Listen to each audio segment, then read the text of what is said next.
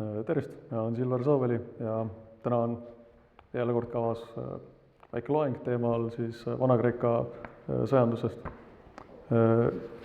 Täna plaan on teha siis loengi alguses eelmisest väike kokkuvõte ja siis lisada sellele väike täiendus. Täiendus just selles mõttes, et oleks kontrast tänase põhiteemaga, milleks on siis Makedoonia ja Makedoonia sõjavägi ja Makedoonia falangiidid. Sellele väikesel täiendusele järgneks siis väike Makedoonia, omakorda väike Makedoonia tutvustus, sest väike eeldus on, et tavakuulaja võib-olla ei ole Makedooniaga nii tuttav kui Vana-Kreekaga ning seejärel siis läheme selle põhiteema juurde, ehk sõjaväe juurde. Seega, eelmine kord oli jutt siis sellest, kuidas rauaaja ühiskond Vana-Kreekas oli jätk sellel pronksi ajal, aga mitte sellel palee ühiskonna osale, vaid pigem sellele alumisele või sellele palee all või palee taga olevatele kogukondadele. Ja varajane rauaaeg oli siis selliste varasel raual oli siis selliste sõdaalas kogukondade fookus oli siis pigem rannikul ja merel ja siis arhailise aja jooksul see fookus nagu nihkus tagasi sinna tasandikule, sisemaale. Tõenäoliselt siis see kasvava rahvaarvu ja siis tärkavate või kujunevate poliste tõttu. Siis samuti on märke, et hopliidivarustus kujunes arhailisel ajal välja enne, kui kujunes välja see kuulus hopliidi faalangs või hopliidi lahingurivi. Ning kuigi siis allikad jätavad väga sellise hopliidi keskse mulje, siis tõenäoline on, et nii ratsavägi kui kerge jalavägi omasid seal lahingutegevuses või lahinguplaanis väga olulist ja märkimisväärset rolli ja tõenäoliselt palju suurem, kui see pilt või mulje allikatest sellest jääb. Nii, eks eelmise korral juba sai otsapidi ka vihjatud, aga linnriikide lahingud ei olnud selles mõttes mingid aumeeste mängud või kokkuleppelahingud või kokkulepitud lahingud. Et pärimuses küll mõnikord kujutatakse selliseid eesvõitlejate lahinguid, kus selle lahingu tulemus otsustab kas siis mingi väiksema arvu eesvõitlejate võitluse tulemus, aga allikates paistab ala lõpmata näha sellist alatut käitumist või võib-olla oleks õigem ebasportlikku käitumist, et kus siis võidu saavutamiseks kavaldatakse ja trikitatakse ja lollitatakse vaenlastega. Ja siis samuti oli tavapärane ja täiesti ootuspärane ja tavapärane, et lahingust pagenejaid, või siis see pool, kes hakkab lahingust põgenedes taanduma, seda hakati taga ajama ja siis tal tagaajamise jooksul siis võimalikult palju ka tapma. Et see oligi siis mõnes mõttes isegi selle lahingu eesmärk, et saada see vastaspool niimoodi põgenema, et siis oleks võimalik teda suhteliselt lihtsalt tappa. Ning enamus lahingu langejatest või langenutest tulidki just sellest lahingufaasist, mitte siis varasemast. Siis poliste ja poliste kujunemisega ja rahvaarvu kasvuga, siis tekkisid kodanikuväed, mis olid institutsionaalsed, mitte enam siis mingite juhtide ja pealikute ümber olnud väesalgad. Siis see mass oli üsnagi amatöörlik, et neil ei olnud suurt selles mõttes meie mõistes üksikvõitleja väljaõpet ega ka siis üksuse tasemel. Tõenäoliselt nende trilli või oskused piirdusid selle lahingurivi sissevõtmisega, laagrist lahingurivi minemisega, seal lahingurivi sissevõtmisega ning seejärel siis enam-vähem kõik koos otse vaenlase suunas kas marssimisel või kõndimisel või jooksmisel. Et tõenäoliselt umbes see oligi nende täiesti aktsepteeritav tase. Seega polnud neil meie mõistes selliseid ohvitsere, riiviohvitsere või lahinguohvitsere ega midagi sellist. Ja mõnevõrra nagu erandlikult siin selles kontekstis on nagu spartalased, kellele meie kontekstis või noh, meie mõistes nagu õpetati drilli või rivitrilli, ehk siis nemad oskasid marssida ja käskude peale siis manööverdada. Tõenäoliselt tähendab seda, et neil oli näiteks võimekus lahingus oma lahinguriivi osa sellest nii-öelda ümber pöörata, kui keegi oleks näiteks selja tagant tulnud ja siis selle rünnaku niipidi vastu võtta. Aga mitte ka päris siis seda, et nad oleks suutnud lahingus mingeid suureid keerulisi manöövreid teha.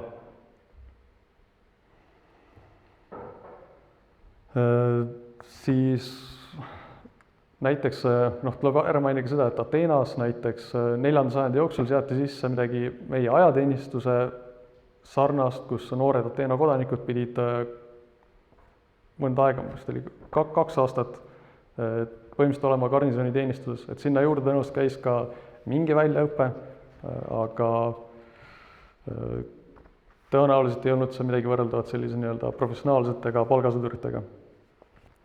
Küll aga olid siis suurte kogemustega pädevad ja ekspertiisi omavad väejuhid ja siis võib-olla ka nende nii-öelda valitud üksused või seltskond lahingus. Küll aga pidi siis nende, võib mõelda, et näiteks väejuht oli näiteks Ateena-suguses suures linnas ikkagi suhteliselt piiratud hulk ja nemad olid need, kes tahtsid, need said tõenäoliselt enam-vähem pidevalt olla selle tegevusega hõivatud. Ning samal näiteks Sparta kuningad, kes olid kindlalt väejuhid, et nemad olid terve oma elu nii-öelda tegelesidki väejuhtimisega, et seega neile seda ekspertiisi ja kogemust, mida rakendada, kogunes.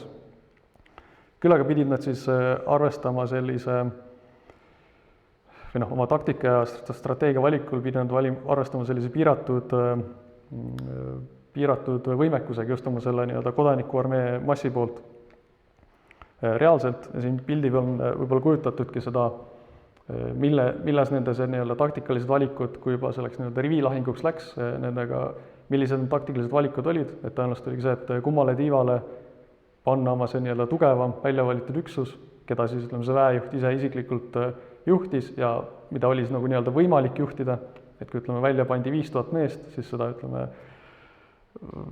väejuhi mingi, ma ei tea, paarisaja meelist üksust oli tal võimalik reaalselt natukenegi juhtida, et kas ta pani selle siis kummale tiivale, tavaliselt pandi paremale, võidi panna ka vasakule, idee poolest võis ka keskel olla ja umbes, et ega väga palju muud seal ei olnudki, et näiteks Theba kuulus nii-öelda see viltune lahingurivi, millega suudeti spartalasi üllatada ja võita, et see on ka oma olemuselt lihtsalt see, et see põhiväeüksus pandi sinna vastastiivale, vasakule tiivale, nii-öelda ebatavalisele tiivale ja siis põhiväeosa marssis edasi, aga marssis nii-öelda taktis, et kõigepealt vasakpoolsemad, siis järgmised ja siis kuni sinna parema otsani välja.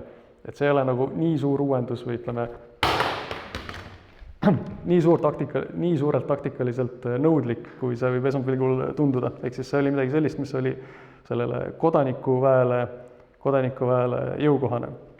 Küll aga siis 4. sajandil, kui hakkab levima nii-öelda palgasõdurid, et pärast pikki sõdade perioodi hakkavad palgasõdurid levima ka Kreekas endas, siis neil on jälle võimalus seda nii-öelda ekspertiisi või kogemust koguda, akumuleerida, just siis nüüd ka nii-öelda palgasõdurite pealike juures, kui siis ka nende palgasõdurite gruppide juures, et võib eeldada, et palgasõdurid vähemalt mõnda aega olid koos, erinevalt siis näiteks, ma ei tea, tuua näites, et Ateena kodanikuväest, kus võib-olla et mingi tavakodanik sattus sinna võib-olla mitme aasta tagant või midagi sellist.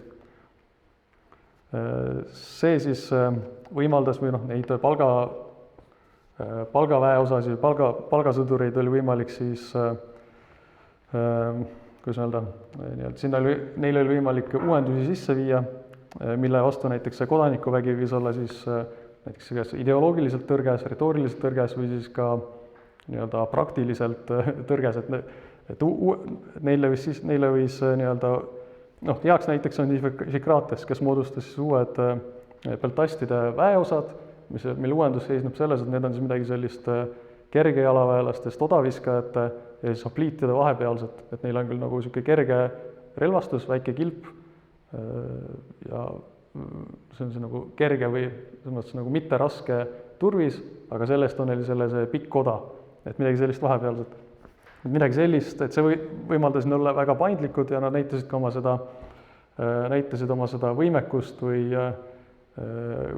ka paindlikkust, ka seda, kui nad siis hävitasid ühe sõjas või lahingus ühe Sparta väeosa täielikult. Et see on midagi sellist, mis näitab, et oli võimalik ka nii-öelda paindlikuks sõjapidamiseks, aga seda oli nagu kodanikuvägedega oli seda väga raske teha. Kokkuvõttes siiski aga ei tähenda, et hopliidiväed oleksid olnud väga, et nad oleks olnud ebaefektiivsed, et nad tõestasid korduvalt, et nad on vähemalt seal Vahemere ruumis või idamaade kontekstis väga head sõdalased on vale öelda, ütleme, et väga efektiivsed üksused ning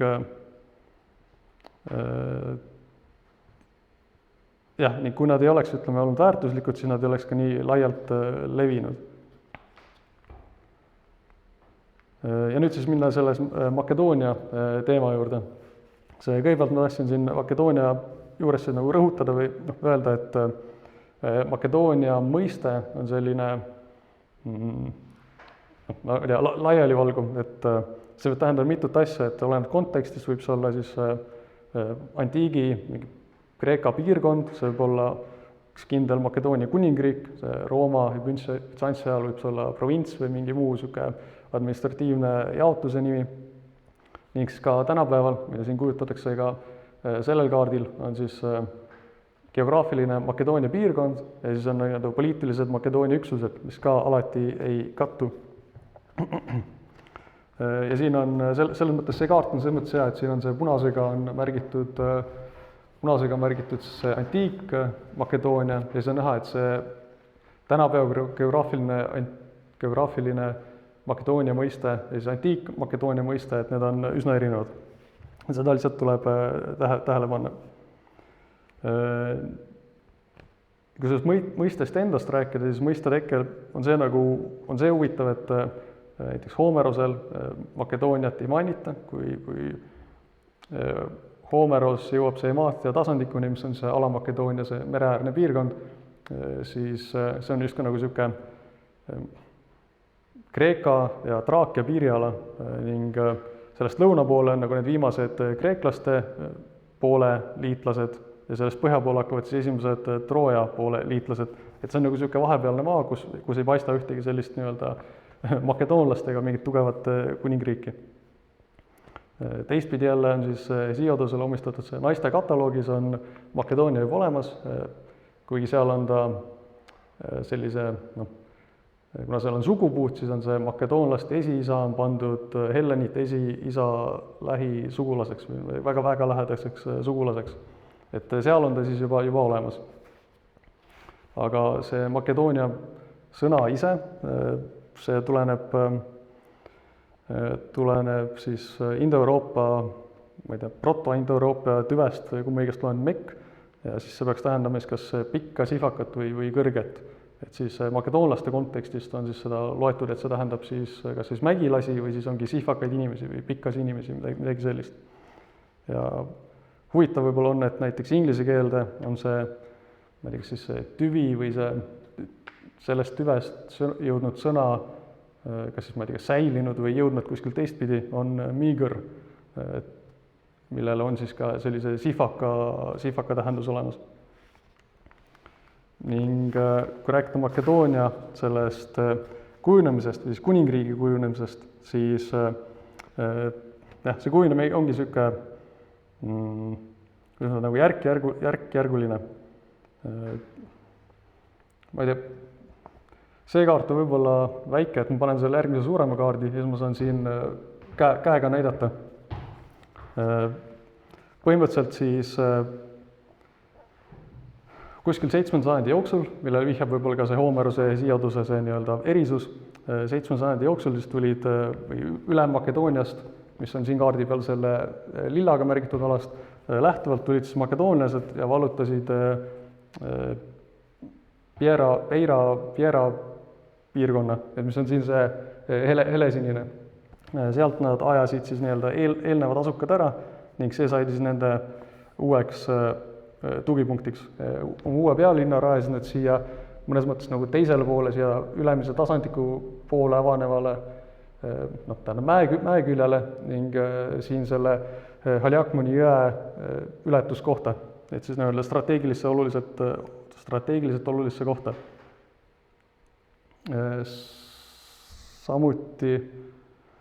Samuti siis sealt lähtuvalt siis 6. sajandi jooksul vallutati järgnev see põhjapoolne tasandik, mis on siin selle keskmise sinisega märgitud kuni selle Aksiose jõeni ning ka siit aeti need eelnevad asukad ära ning see siis asustati või see jäi siis nii-öelda makedoonlaste tuumikalaks. Samuti vallutati, hõivati siis sellega nii-öelda piirnevad või mõtleme nagu hästi ühendatud naaberalad, et on siin üks mis ta oli, Alompia tasandik äkki siin põhja pool ja siis ka jupikene sellest Ülem-Makedooniast, see Eordaia piirkond, mis on nagu põhimõtteliselt osa Ülem-Makedooniast, aga erandlikult oli siis selle Alam-Makedoonia kuningate kontrolli all, see nii-öelda Makedoonia kuningate kontrolli all. See siis veel hiljem, siis kui Pärsia sõdade järel, kui pärslased taandusid või taganesid, siis selle järel, või siis ütleme ka pärslaste tegevuse tõttu, kuna pärslased kurikuulsad 6. sajandi lõpul, umbes siin, kui see ala oli umbes, et siin domineerisid bajoonlased ja kui pärslased tulid, tahtsid ette valmistada oma sõjakäigu teed või nii-öelda varustusteed selle kreeklaste vastu, siis loomulikult oli vaja, see tee läks siit Makedooniast läbi ja siin bajoonlased panid neile vastu ja siis pärslased lõpuks küüditasid siit suure osa bajoonlasi ära. Ning pärast seda, kui omakorda pärslased taandusid, siis oli see kerge saak makedoonlastele. Ning järgnevalt ongi need sinised alad moodustavad siis pikaks ajaks selle Makedoonia kuningriigi nii-öelda tuumikalad. Et kui räägiti Makedooniast, ma ei tea, 5. sajandi keskpaiga kontekstist, siis kuningriik oligi see ala. Ning siia kõrval oli siis nii-öelda Ülem-Makedoonia, kus elasid ka makedoonlased, aga nemad ei olnud siis selle Ala-Makedoonia kuningatest sõltuvuses. Sellele nii-öelda suhteliselt hoogsale laienemisele, järk-järgulisele või pidevale laienemisele järgnes aga kuningriigi nõrkuse periood, kus olid pärilussõjad ja neid piirasid sissetungid ning samuti muutus Ateena siin piirkonnas väga, väga aktiivseks, kuna tegemist on väga ressursirikka, nagu maavaradrikka piirkonnaga ning siit läheb mööda ka kaubateed, mis olid ateenlastele 5. sajandil väga olulised, siis Ateena mereliit oli siin aktiivne ning neil oli siin väga palju nii-öelda tugipunkte ja liitlaseid. Loomulikult nii-öelda tugevushetkedel üritati siis mõjutada ka Makedoonia siseasju ning makedoonlased vastavalt siis oma tugevusele üritasid sellele vastu puksida.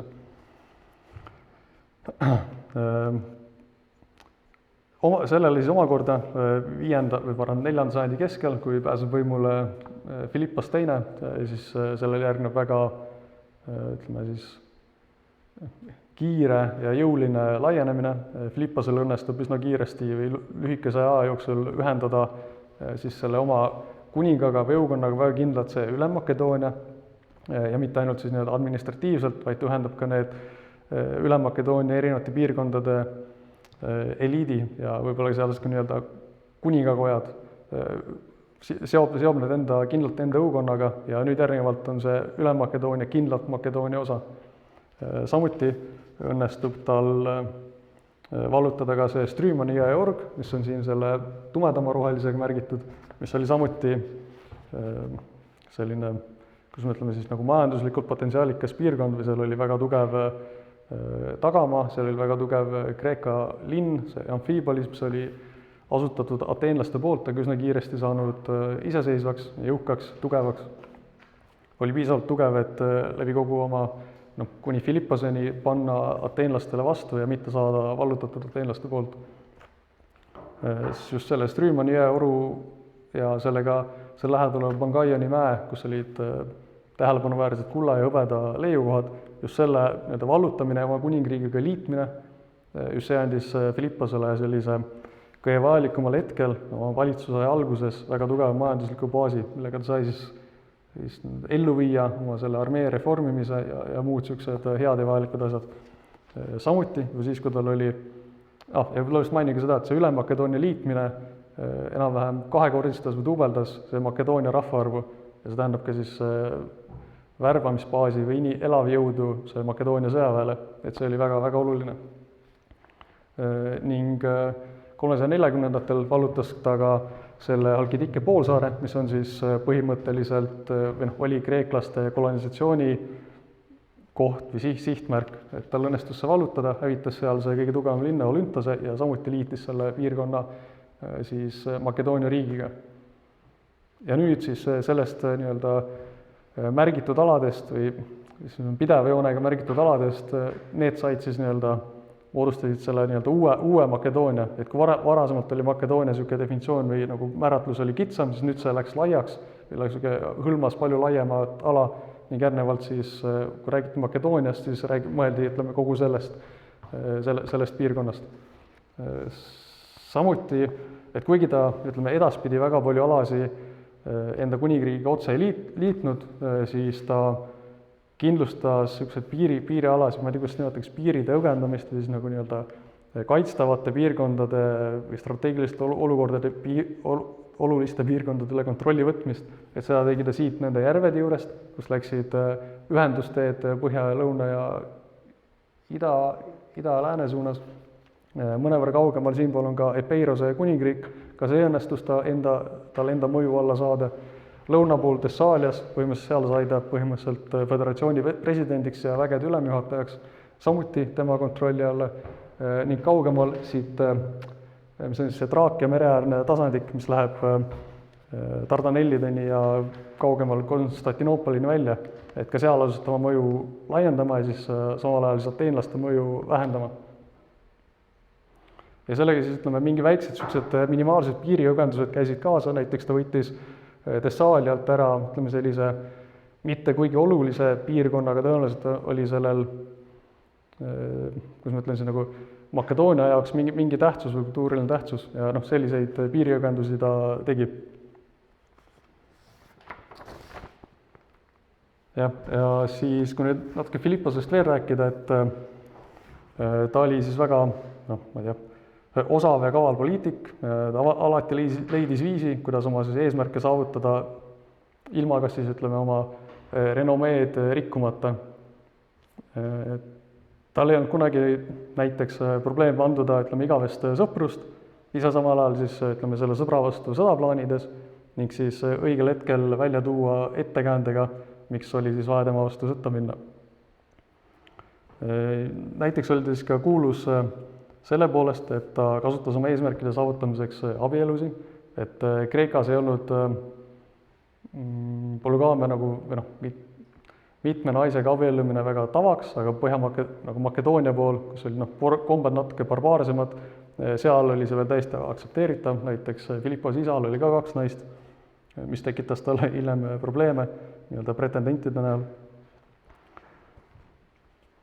Aga naisi või neid abielusi kasutas selliseks nii-öelda, ligipääsuks või esimeseks nii-öelda sissepääsuks või mingisse piirkonda, mingi eliidi juurde, et näiteks Epeirose valitseja poolt tuli initsiatiiv anda siis Olümpias, kes oli siis eelmise valitseja tütar, anda see Philipposele naiseks, et saada tast lahti, aga tagantjärgi tuli see, et siis Philipposele õnnestus hoopis see Epeirose kuningas nii-öelda oma mõju alla saada.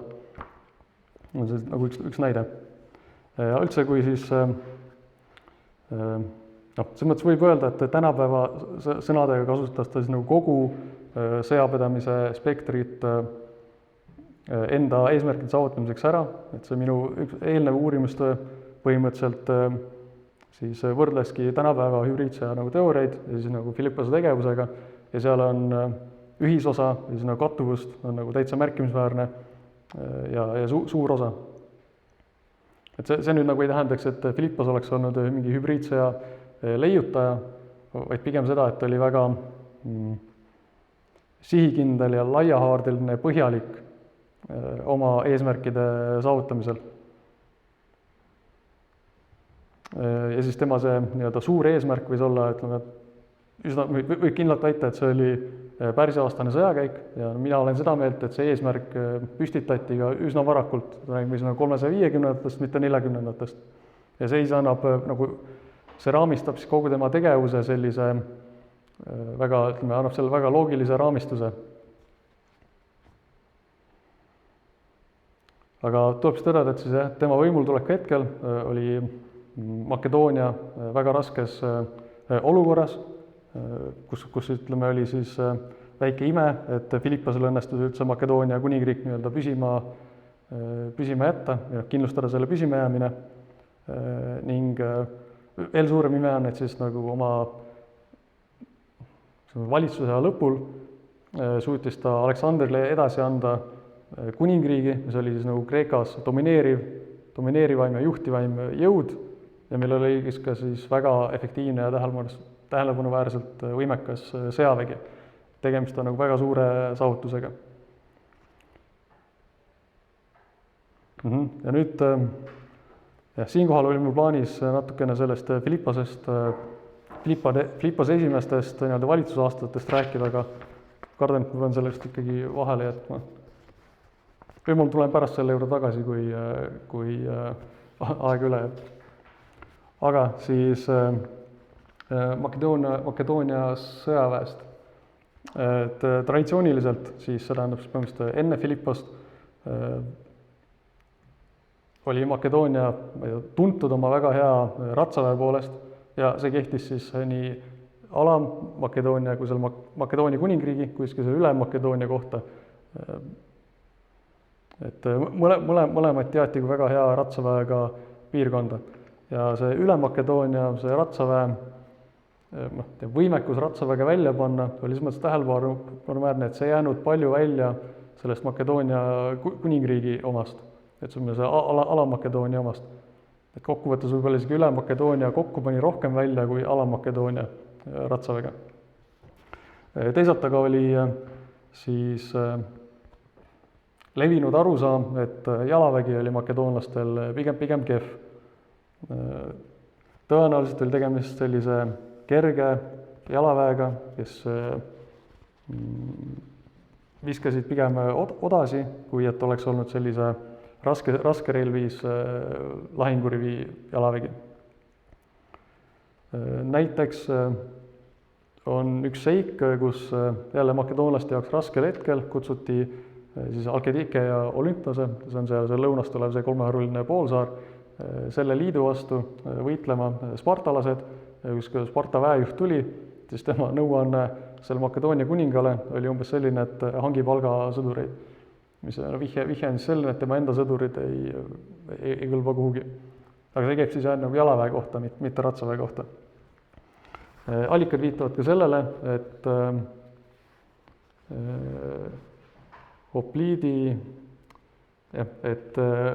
makedoonlased, kes ei võidelnud hopliitidena, siis allikades mainitakse, et mingil hetkel võeti või üritati hopliidi nii-öelda relvastust kasutusele võtta. Probleem on sellega, et üks allikas näiteks omistab selle Aleksandrile, mis teeb nagu keeruliseks, et meil on Aleksander kolmas, Aleksander Suur, kes on nagu ilmselgelt liiga hiline, siis Aleksander teine on Philippose vend, kes valitses väga vähe aega, et tema puhul on võimalik see, et ta nagu üritas seda algatada, aga selle elluviimiseks tal tõenäoliselt aega ei olnud. Ning see Aleksander esimene, kes elas või valitses Pärsia sõdade ja sellele järgneval ajal, et tema on jälle nagu liiga varajane, et siis tekivad küsimused, et mida need kõik nii-öelda halvustavad kommentaarid tähendasid. Et lõpuks üks variant on, et äkki nimi on segamini aetud ja et üks kuningas Archelaus 5. sajandi lõpus, keda Thukydides nimetab nii-öelda suureks heaks kuningas, kes tegi sõjaväereforme või ütleme, mida mõistetakse tavaliselt kindlustuste või tugipunktide rajamise all, et võib-olla on tema, aga ikkagi lõpuks on see ebaselge. aga reaalsus on ja selles mõttes kindel on see, et Philipposele omistatakse siis Makedoonia faalaksi kasutuselevõttu ja selle uuenduse sisseviimist. Uuendus põhimõtteliselt siis seisnes selles, et ma ei tea, kas ma saan öelda, et hopliidi oda asemel, ütleme, et võeti kasutusele pikk oda, mis oli, erinevad allikad ütlevad 12, 14 ja 16 küünart pikk, need siis seal kuskil 6, 7, 8 meetri kandis. Selle juurde käis ka siis väiksem kilp, mis oli oluline, kilp pidi olema väiksem sellepärast, et nii suurt oda, nüüd lausa piiki, oli vaja kasutada siis 2 käega ning hopliidikilbil oli see omadus, et see oli siis 2 rihmaga, üks oli seal keskel ja teine oli siis käepide, millest oli siis vaja rusikaga või käega kinni hoida. Aga nüüd, kui see käsi pidi olema vaba ja käsi pidi kilbi serva alt välja ulatama, et seda piiki hoida, siis selle võrra pidi see kilp natukene diameeter pidi väiksemaks muutuma. Ning tähtsa uuendusena oli ka see, et hopliitide, mis on siis 8 mehe sügavuse lahinguriigi asemel, Makedoonia faalaksis oli 16 mehe sügavune. Ei ole võimatu, et tegemist oli selles mõttes, mõnes mõttes protsessiga, et nii-öelda täiusliku või ütleme sellise, nagu siin pildil kujutatud on, et sellise faalangsini, sellise varustusega falangiitideni jõudmine võttis mõnevõrra aega, aga ma arvan, et ei maksa kahelda selles mõttes, et Philippos oli see, kes selle nii-öelda välja mõtles ja selle ellu viis. Et selles on antiikallikad kõik täiesti kindlalt ühel nõul. Et pigem see erinevus võis olla midagi sellist, et võib-olla seal oli varieeruvus selle oda pikkuses, võib-olla oli seal varieeruvus selles varustuses, sest mul tuleb meelde, et kui Philippose valitsuse alguse ajal oli riigi olukord väga täbar, see tähendab ka see nii-öelda riigikassa olukord oli täbar, ehk siis võib-olla nii rasket või nii ilusat varustust ei suutnud riik tol hetkel lubada või nii-öelda välja käia, aga kui riigi olukord paranes, eriti pärast näiteks sellest Rüümani oru hõivamist, valutamist, siis võib-olla hakati sellist nii-öelda paremat või nagu siin pildil on sellist uhkemat varustust faalaksile selga andma. Samuti jääb mulje, et siis Philippose vägi ei olnud selles mõttes nagu hooajaline ega amatöörlik, nagu ütleme, seal lõunas need linnriikide omad olid, vaid et seal teeniti pikalt ja teeniti siis, et seal nii-öelda kaadri voolavus oli, aga teenistus oli nagu piisavalt pikk, et seal oli jälle võimalik seda kogemust akumuleerida ning siis ka oli võimalik seda väge trillida. Et meil on säilinud mitmeid selliseid noppeid, mis just viitavad Philippose, mis on siis nagu, ma ei tea, tahtele või et talle meeldis oma väge trillida, nagu meie tänapäeva mõistes. Näiteks üks näide, mida Philippose kohta toodi, oli see, et selle asemel, et neil oleks pagasikärud või baggage train, nagu inglise keeles nimetatakse, selle asemel tema pani oma sõjamehed nagu marssima niimoodi, et kõik vajalik oli neil seljas. Et põhimõtteliselt neil oli seljakott, kus neil oli kõik varustus seljas ja nad marssisid nagu täisvarustuses. Et see nagu viitab sellisele tema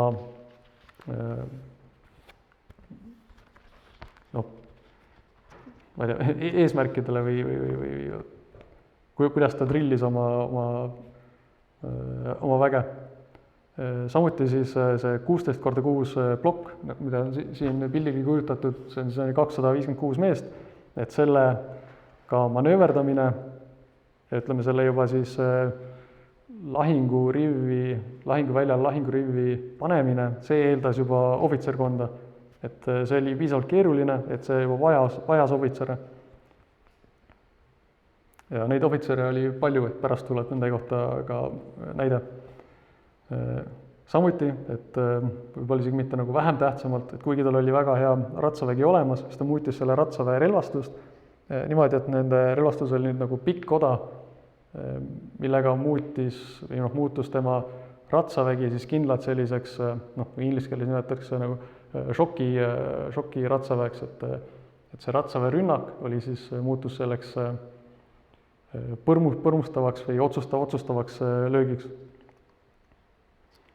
Samuti omistatakse talle ka siis sellist ratsaväeformatsiooni, mis on siis kiilukujuline või võib-olla ka V-tähekujuline, mis jällegi viitab sellele, et see ratsaväe roll oli siis nii-öelda otserünnak, millega siis rünnata läbi või midagi sellist.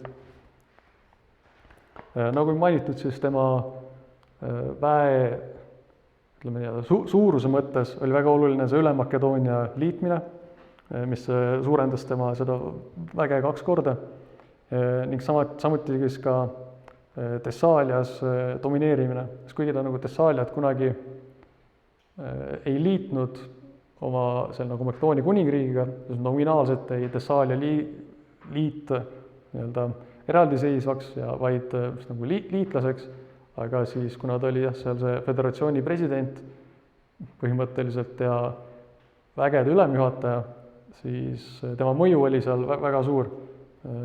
Seal olid ka Makedoonia garnisonid Thessaalia erinevatel olulistes punktides ja nii edasi. Ehk siis nominaalselt oli Thessaal iseseisev, aga praktiliselt tähendas see, et Philippos sai siis thessaallaste väga head ja väga arvukad, see oli jälle üle Kreeka tuntud, need tõsiasjad, sai ta neid enda eesmärkideks kasutada. Ning siis Thessaalia kvaliteetne see ratsavägi sobis tema väkke väga hästi, oli nagu see oluline täiendus. Samuti kasutas ta, olid tema jaoks olulised siis Paioonia on siis nagu piirkond, mis jääb Makedooniast vahetult põhja poole. Paioonia, siis ka Traakia jääb kirde poole, nende siis kerge jalaväe ja kerge ratsaväe üksusi või ongi nagu mõnevõrra ebaselge, kas nad olid nii-öelda palgasõdurid või kasutas ta siis nagu oma vasallide või endast sõltuvate valitsejate nii-öelda, sundis ta neid enda väest teenima. Et see on natuke segaseks, aga põhimõtteliselt suurt erinevust kokkuvõttes ei ole. Ning nendel kerge jalaväel ja kerge ratsaväel oli siis tema seal lahingurivis ja lahinguplaanis väga oluline koht. Ja võib-olla mõnevõrra selles mõttes ootamatult, et kuna justkui jääb mulje, et ta uuendas või siis, et tema reformi sihiks oli see raske jalavägi, tema sõjaväe tuumik, et siis tema lahingurivis oli oluline koht ka hüpaspistidel, mis on siis põhimõtteliselt elitaarsed hopliidid. Et need ei ole siis enam nii-öelda kodanikuväe hopliidid, vaid nüüd on siis nagu professionaalsed või elukutselised hopliidid. Selline nii-öelda, kuidas ma ütlen siis, hopliidiliku jalaväeüksuse roll, oluline roll püsis ka siis hiljem hellenistlikel monarhidel või nende vägedes, nende väejuhtide vägedes, aga sageli siis teise nime all, et kui Philipposel on hüpaspistid, siis näiteks Ptolemaiostel on Agema üksus, umbes niimoodi. Võidi kasutada ka peltastid ja igasuguseid teisi nimesid. Ja nüüd panin selle pildi siia, sellepärast, et mulle meeldib, et see on nagu natukene sihuke, et see on nagu natukene ebatäiuslik, et mõnikord, kui kujutatakse seda Makedoonia faalanksit, siis tehakse see alati nagu nii perfektne kui vähegi võimalik, et umbes, et kõik odad on millimeetri pealt ühe joone peal ja nii edasi. Aga mulle meeldib, et see on nagu natuke sihuke realistlikum selle nii-öelda just selle rivi segaduse mõttes või ebaühtluse mõttes. Aga mis tal on, et see on natukene liiga kompaktne võib-olla, et päriselt see faalanks oli nagu natukene rohkem, veidikene hõredam. Aga mul on selle kohta üks skeem ka üsna pealt tuleb. Nüüd siis on mõned kujutised Makedoonia sõjaväest. Siin need on kõik 4. sajandist, ehk siis on üsna tõenäoliselt pärast Philippost, aga ütleme see Aleksandri aegsed või umbes sealtkandist. Ning siin need kõik 3 on haudadest, makedoonlaste haudadest, ning siin paremal pool on siis hästi näha seda falangiitide see nagu pikk piik, mida on siin nagu efektiivselt kujutatud. Küll on kahju, et siin paremal pool ei ole nendel, eeldatavasti sõduritel ei ole seda turvist ja neid asju seljas, selle asemel on neil Makedoonia traditsiooniline, see oli siis traditsiooniline müts ja keep on neil seljas. Aga seal üleval on kujutatud siis samuti Makedoonia võitlejaid, Makedoonia sõdureid, kuigi see on mõnevõrra jääb segaseks, keda seal on kujutatud, et seal väga justkui oleks kujutatud hopliite, aga samas siin tuleb välja üks selle nii-öelda antiikse kunsti suuri puudujääke, et kuna see üleval on niisugune piiratud ruum, kuhu oli vaja maalida, siis see ei olnud takistuseks nii-öelda oda nii-öelda täielikult kujutamiseks, mis siis, et see oda jääb nagu, ma ei taha öelda, et naeruväärselt, aga ütleme tõenäoliselt liiga lühikeseks.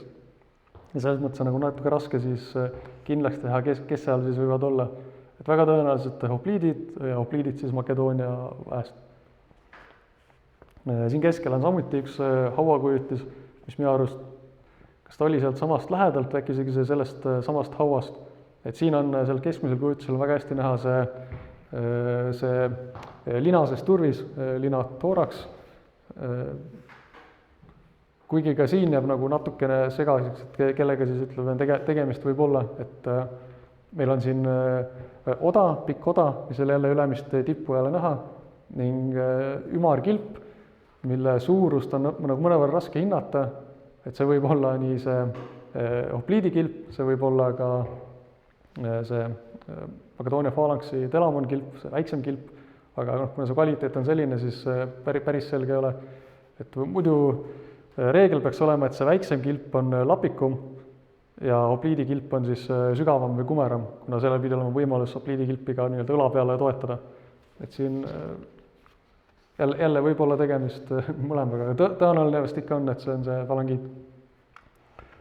Ning siis vasakpoolsel pildil on siis üks maaling Makedoonia ratsaväelasest, kus on väga ilusti näha tema see pikk piik, mida siin küll hoitakse ühes käes, aga ma olen näinud kujutisi või et öeldud, et ka see oli mõeldud nii-öelda kahe käega kasutamiseks.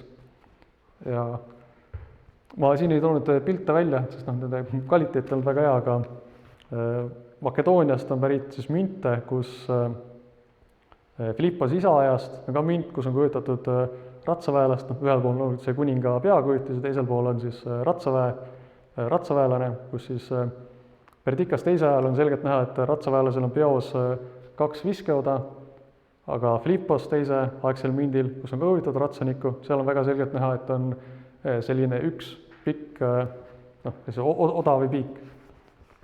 Et see võib olla vihja selliseks, kuidas sellele Filippose ratsaväe reformi näitena või tõestusele sellest reformist. Ja kui ma õigesti mäletan, jah, siis siin on mõned näited ka sellest kergejalaväelastest, nendest Traake või Pajoonia kergejalaväelastest, kes olid Filippose väes olulised. Paremal pool on näide see on tänapäeva kunstniku nägemus sellest, kuidas välja võib näha. Tänapäev tollane oda viskav kergejalaväelane, nimetame neid teda ka peltastiks.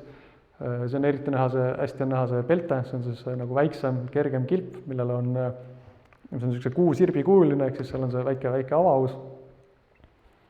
Aga siin vasakul pool on siis ühe 360. aastast, kui ma õigesti mäletan, Pavaja haud, et see on Lüükiast, ehk siis Väike-Aasiast, mis võib-olla tundub, et on Makedooniast kauge, aga kuna kogu see Egeuse ruum on võib-olla mitte päris üks kultuuriruum, aga kindlasti on selles mõttes üks ruum, et seal on kontaktid ja ideede vahetus ja kõik siuke asi oli kindlasti tihe. Et siis on väga tõeline, et siis nagu see käib ka seal nii-öelda Kreeka ja Makedoonia piirkonna kohta. Et siin on kujutatud samuti peltaste, et on näha, et siin neil on täpselt sama müts on peas, piilos, ning Erinevus on siin võib-olla selles, et nende kilp paistab olevat siin kindlalt siis nii-öelda täisümmargune või täisringikujuline kilp, aga nad on samamoodi kerge varustusega, kerge selles mõttes nii soomuse mõttes kui kerge selles mõttes, et nad olid siis selle võrra mobiilsemad ja neil on kindlasti käes odad, aga siin selle pildi all oli kirjas, et neil olid väga pikad odad, mis paneb mind arvama, et äkki võib olla tegemist nende Iphicratese pelttastidega, kes olidki sellised mitte ainult niisama nii-öelda, kes olid võimelised ka lahingurivis võitlema ja võib-olla siin siis kujutataksegi seda pelttastide lahingurivi. Aga samas, nagu ma eelmine kord ka rääkisin, neil on kõigil on nii-öelda käed üleval, pöidlad tahapoole, mis on niisugune klassikaline või heroiline viske asend, et ega siin ongi tegelikult mõnevõrra selle pildi pealt raske öelda, et millega siis täpselt tegu on. Võib-olla see, kui ma õigesti mäletan, see Briti muuseumis Londonis, et võib-olla kui seal lähedalt uurida, siis võib-olla oleks selgem. Aga kindlasti tegemist on siis Philippose kaasaegse kujutisega 360-ndatest, et sellised need pelttastid tõenäoliselt ka välja nägid.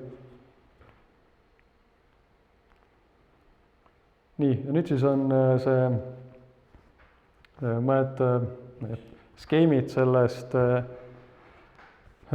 Makedoonia Phalanxi lahingurivi korraldusest, et meil siin vasakpool, nagu ma ennist ütlesin, et seal see mustvalgel kujutisel oli tegemist väga tiheda või kompaktse riviga, et standardne rivi on siin, või tavalisem rivi on siin kujutatud vasakul pool, ning siis selline kompaktne, ebastandardne on siin paremal pool.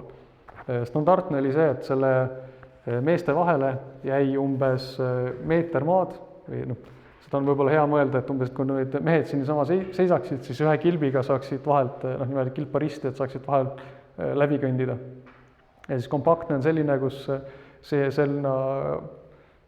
nii-öelda meetridesse 90 sentimeetrisse alasse on siis üks mees pandud. Ja oluline on see ikkagi, et see nii-öelda see hõredam on see standard ja levinum. Aga jah, see kindlasti nii-öelda kujutataval kunstil näeb see kompaktsem, palju efektsem välja.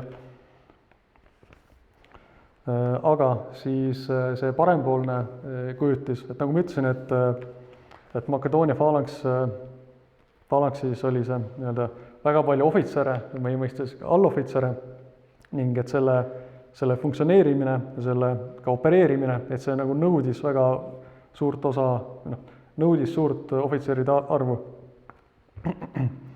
Ma üritan seda skeemi seletada, et siin skeemil on siis niimoodi, et see suund on alla, nii-öelda vastase suund on allapoole ja see kujutab siis ühte 16x16 süntagmat. Süntagma on siis see üks nii-öelda, ma ei tea, üksus või kuidas öelda, allüksus, millest 5 või 6 või 7 koos moodustasid selle suure üksuse takseis, mida neid takseise oli Aleksandril, kui ta läks Pärsiat ründama, oli tal näiteks 7 oli tal kaasas ning need olid Philippose ajal, oli need vähemalt nii-öelda regionaalselt korraldatud, ehk siis iga piirkond pidi suutma, oli mingi piirkond, mis pidi suutma välja panna siis ühe selle taksise. Jah, aga kuidas see siis korraldatud oli? Et oli siis niimoodi, et meil on see esimene rivi, mis on selles mõttes see kõige tähtsam rivi, ja siis iga selle esimese mehe selja taga olev veerg. Ma edaspidi nimetan neid jagudeks, et selles mõttes, et kuidagi on nagu keeleliselt on parem, aga põhimõtteliselt jutt käib ikka nendest vertikaalsetest veergudest. Et siis iga selle nii-öelda esimese rivi mehele allus tema selja taga olev veerg, nimetame seda, see on nagu jaoülemaks, ning siis tema selja taga olid siis ka pooljaoülemad, kellele omakorda allusid nagu veerand jaoülemad umbes niimoodi, et seda on siis kujutatud siin see kõige allumisel ning siis iga teine siis ütleme jaoülem, see oli ka siis nii-öelda 2 jaoülem, ehk siis temale allus siis tema kõrval olev nii-öelda jaoülem ja siis ka tema selja taga olev terve see jagu.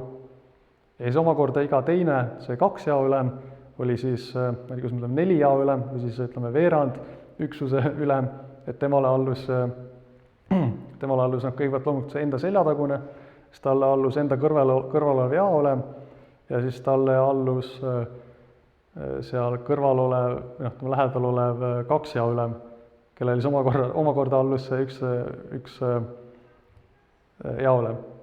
Ning siis oli olemas ka nii-öelda poolüksuse ülem, see on siis punane, ning loomulikult oli olemas ka terve üksuse ülem, kelle juures, selle terve üksuse ülema juures, kes teoorias oleks pidanud olema selle süntagma paremal eesotsas või eesnurgas, tema juures siis pidi olema ka kogu see atribuutika, mida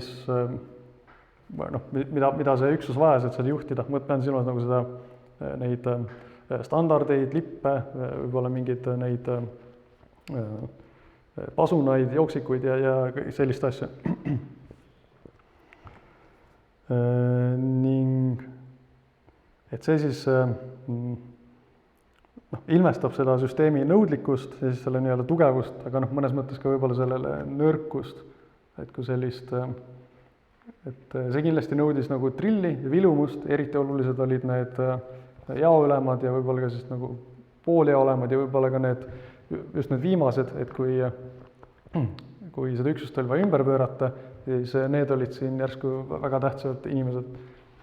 Aga kuidas see, välja võis näha, et kui me oletame, et oli mingi tee või rada, kus mahtus ainult 4 meest kõrvuti käima, siis oli väga lihtne anda see üksuse ülemal, käsk, et siit iga veerandi, et iga 4 jao kaupa marssida, ehk siis iga see 4 või veerand üksuse ülem, 4 jao ülem, siis võttis ennast järgneva selja taha ja kui nad jõudsid sinna, kui iganes neil oli vaja, see oli väga lihtne jälle tulla selle esimese nii-öelda kõrvale ennast seisma parkida ja võtta nii-öelda see õige lahingukord või rivi tagasi. Ja tuleb, ja selles oli Makedoonia, eriti juba Philippose ajal, oli selles vägi ja see üksus oli see väga, väga hea ja see avaldas muljet nii kreeklastele, kui siis ka see hirmutas neid mitte-kreeklastest, barbaarsemaid vastaseid, et just see suurte vägevate üksuste ilusti lahingurivvi manööverdamine, toomine, juba see oli nii-öelda osa ka sellest moraalist või nii-öelda moraali, nii-öelda lahingu moraali nõrgestamisest. Jah.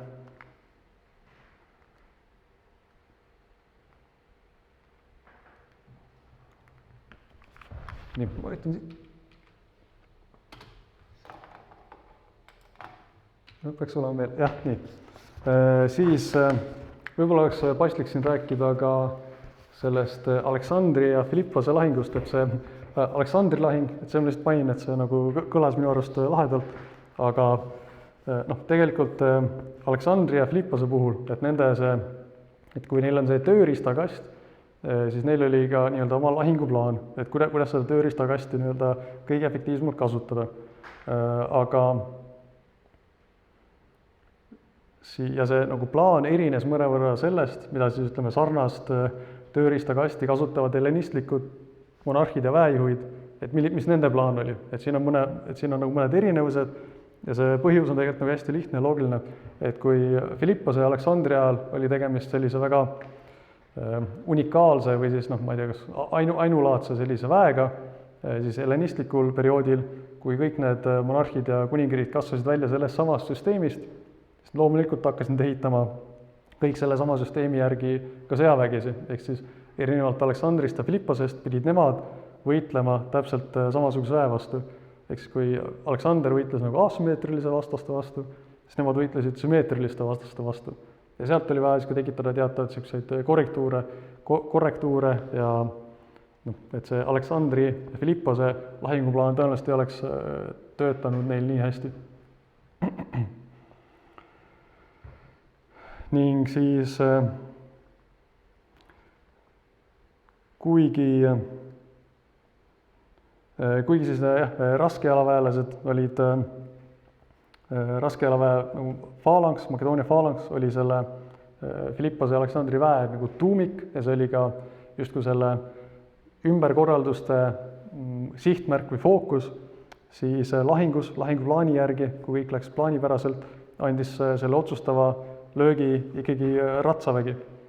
Ja sellele tegelikult need Philippose ratsaväe muudatused ka ju vihjasid, et mõnikord nimetatakse seda siis selleks nii-öelda haamri ja alasi taktikaks, aga mulle ei ole see kunagi nagu väga meeldinud, sest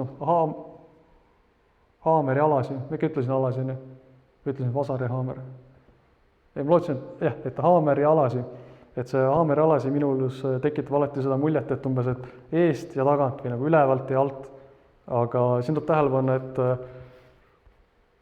et need makedoonlaste väed olid väga suured, me räägime siin tuhandetest ja kümnetest tuhandetest meestest ja need maastikul läksid nad väga laiali, et nende siis nagu ühe lahingurivi pikkus võis olla 100 meetreid, üle kilomeetri, kui me räägime seal hellenistlike monarhide suurtest ägedest, kus oli koos 10 000 mehi, mitukümmend tuhandet mehest kummalgi poolel, et siis seal selline,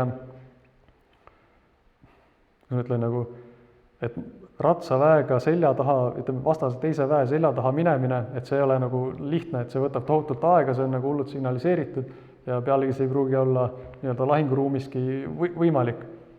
Et palju parem, minule tundub, et parem viis, kuidas seda ette kujutada, on sellist nagu, ma ei tea, kahe käe kujutist, kus üks käsi hoiab kinni ja siis teine käsi nii-öelda lööb või raiub läbi, et see on minu arust palju parem kirjeldus sellest Aleksandri ja Philippose süsteemist. Et siis Aleksandri puhul on selgelt näha ja mul pärast tulevad ka näited sealt lahingutest, et Aleksandri plaan oli nii-öelda otsustav ratsaväe rünnak, mis läks vastaselt läbi, et siin on ka näha, et ta on oma ratsaväe paigutanud mitte päris küljele, vaid ta on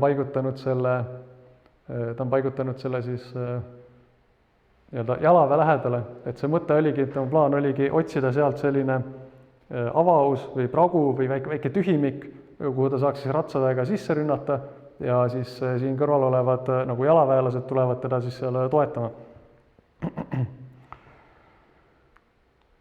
Jah, tegemist on siis Aleksandri Makedoonia selle ratsaväe näol oli tegemist siis nii-öelda šoki rünnaku üksuse, mitte siis nagu diivamis või kuskil nagu sellise pikalt ratsutava üksusega. Ja siis siin tuleb hästi välja see, nagu ma ütlesin, et hopliitidel oli oluline roll või siis nii-öelda hopliidilaadsetel üksustel, mida siin on siis nimetatud hüpaspistideks ja see on ka nimetatud, et need on elitaar raske jalavägi ja siis kes erinevad nendest falangiitidest, nendest falanksist olid siis mobiilsed ja pidid pidama, nende roll oli siis pidada sammu niivõrd-kuivõrd selle ratsaväega, kui ratsavägi saavutas läbimurde, siis nemad pidid olema seal juures ja samal ajal ka siis turvama seda falanksi kõige õrnemat paremat külge, kuna falanksil kõigil on kilbid vasakus käes, siis parem külg on selles mõttes rohkem avatud. Ja nende roll oli siis väga oluline. Ja nagu juba mainisin, et selles mõttes selline oluline roll säilib ka hellenistlikes vägedes siis, kui seda nii-öelda rolli täidavad teised üksused, kes ei ole võib-olla nii traditsioonilised hopliidid kui siin. Ning nagu ma ütlesin, nagu ennist juba sai mainitud ka, et siis need Pajoonia ja Traakia kerge jalaväelased ja kerge ratsaväelased, keda siis Aleksander ja Philippios kindlasti nagu selgelt kõrgelt hindasid, nende roll oligi siis ratsaväge nii-öelda päris külgedelt, et nende tiibu toetada. Et mitte vältides, et kui ma kujutame ette, et see ratsavägi peab ründama kuskil mingi üksuse sisse, kuskil vahele, et siis tal on oht, et ta ise tõmmatakse kotti ja siis nende kergemate, kiirete, mobiilsemate, paindlike vägede ülesandena oligi seda takistada või seda vältida. Ning ma loodan, et et siin on siis ka mõned näited sellest noh, nimetas Aleksandri lahingust, aga noh, see põhimõtteliselt käib see ka Philippose kohta. Et siin on siis paremal pool on varasem Issose lahing ja vasakpool on mõnevõrra hilisem Gaugamela lahing. Et siin on väga selgelt näha, et Aleksander ootas või seadis üles oma lahingurivi niimoodi, et ta siis passis ja otsis kohta, kus tal oleks võimalik just läbi lüüa, mitte nii-öelda ümbert ega selja tagant, vaid just nimelt läbi selle sama ratsaväega. Et siin on väga hästi näha, et on see ratsavägi lööb läbi, teda toetavad küljelt need kerged ning siis siin juures on siis see raske ratsavägi. Ehk siis see on nagu peaaegu selline klassikaline nii-öelda Aleksandri lahinguplaan. Ning põhimõtteliselt sama on ka Gaugamelas, aga seal on see lahingurivi on natukene naljakam, aga siin on see, et Aleksander oma ratsaväega leiab üles avause, tühimiku, mida on tal võimalik siis ära kasutada. Ja siis ta sööstab sinna sisse, ründab ning jalavägi peab siis suutma järgi tulla. Muidugi pärslaste suhtes on alati tuleb silmas pidada seda, et kõigis nendes suurtes lahingutes, mis ta Tareiose vastu pidas, et seal oli Tareios oli isiklik kohal ja tema võib-olla eesmärk oligi Tareioseni püüda või nii-öelda Tareioseni jõuda ja ta vangistada. Aga Tareiosel õnnestus iga kord ta põgenema panna, mis võib-olla samuti nii-öelda lõhkus selle armee moraali, mis siis tähendas, et tema võidud pärast seda läbimurret oli võib-olla ootamatult kiired või ootamatult lihtsad. Põhimõtteliselt sama asi juhtus ka Philippose puhul selles tema kõige esimeses lahingus, kus ta läks Pardulise, ma ei tea, kas kõige esimene või vale öelda, ütleme siis esimene suur lahing, kui ta oli Makedoonia kuningas, kus ta läks illüüralaste vastu, et seal lahingu kirjeldused on natukene segased, aga ka seal jääb selline mulje, et lahing, mis muidu oli võrdne, mõlemal pool oli 10 000 meest ja 10 000 nii-öelda kreeklaste nägemus nagu heas relvastuses, raske relvastuses jalaväelast, pluss siis umbes 500 ratsaväelast, et ka seal õnnestus Philipposel paremalt tiivalt läbi murda just nii-öelda ratsaväega. Ning põhimõtteliselt juhtus sama ka, mis see lahing oli? Harmoneia või? Jah, selles lahingus, kus ta võitis siis nii-öelda Teva ja Ateena liiduväge, sest 338. aasta otsustavas ajast lahingus, pärast mida ta sai siis kindlustas hegemoonia kreeklaste üle. Et ka seal on näha, et see kuidas on natukene ebaselge, sest jälle need kirjeldused, lahingukirjeldused on natukene segased, aga seal on näha, et makedoonlastel õnnestub kas tekitada või siis oodata ära, kuni tekib teebalaste ja ateenlaste vahele selline tühimik, kus siis Aleksander ratsaväega jälle sisse sööstab ja siis ateenlased, kes on jäänud siis nii-öelda makedoonlaste jalaväe ja makedoonlaste ratsaväe vahele, siis panevad jooksu ja see põhimõtteliselt otsustab selle lahingu.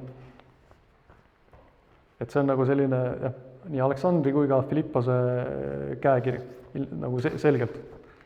Ja siis kõige viimasena tahtsin võib-olla, et tegelikult see on võib-olla selle nii-öelda järgmise loengu teema, aga põhimõtteliselt et näidata, et millised või kuidas siis näiteks hellenistlike kuningriikide väed väga kiiresti näidates erinesid. Et see Raafia lahing ei ole selles mõttes ei ole hea näide, et see pole nagu võib-olla väga standardne, aga et näiteks siin on erinevalt, kui tavapärane oli see parem tiiv tugevaks teha, siis Ptolemaiosel on vasak tiiv tugevaks tehtud. Ehk siis neil on 2 tugevat tiiba, et Seleukiididel, Antiochusel on parem tiiv tugev, Ptolemaiosel vasak tiiv tugev, mis ei ole standardne. Aga muidu muud asjad on siin nagu väga selles mõttes illustratiivsed selle hellenistlike kuningriikide vägede suhtes.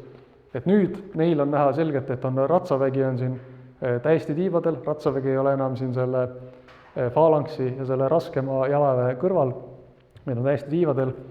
Aga see ei tähenda, et nüüd ratsavägi ei otsustaks lahingut, vaid jätkuvalt kõige olulisem on see ratsaväe kokkupõrge, nagu siin tugeval tiival. või tiibadel. Ja väga sageli just see otsustas lahingu tulemuse, et see pool, kes siit võidab, sai siis hakata ründama neid jalaväelasi siit küljelt.